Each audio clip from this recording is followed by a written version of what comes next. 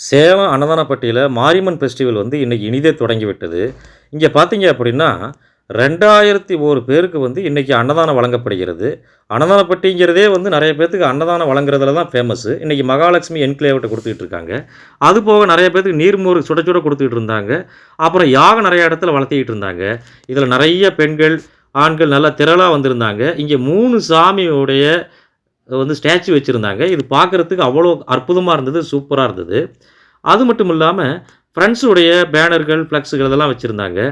பார்த்தீங்கன்னா, சதீஷு, அப்புறமேட்டு வந்து ரித்திக்கு இவங்களுடைய பேனர்லாம் இருந்தது. அப்புறம் அது போக வந்து அரவிந்த் வந்து சுட சுட பாதாம் பால் குடுத்துட்டு இருந்தாப்புல. குடிச்சேன். அவ்வளோ டேஸ்ட்டா இருந்தது. அற்புதமா இருந்தது. அது போக நம்ம பையன் குட் நைட்டை நான் பார்த்தேன். குட் நைட் வந்து ஃபேமிலியோட வந்திருந்தான்.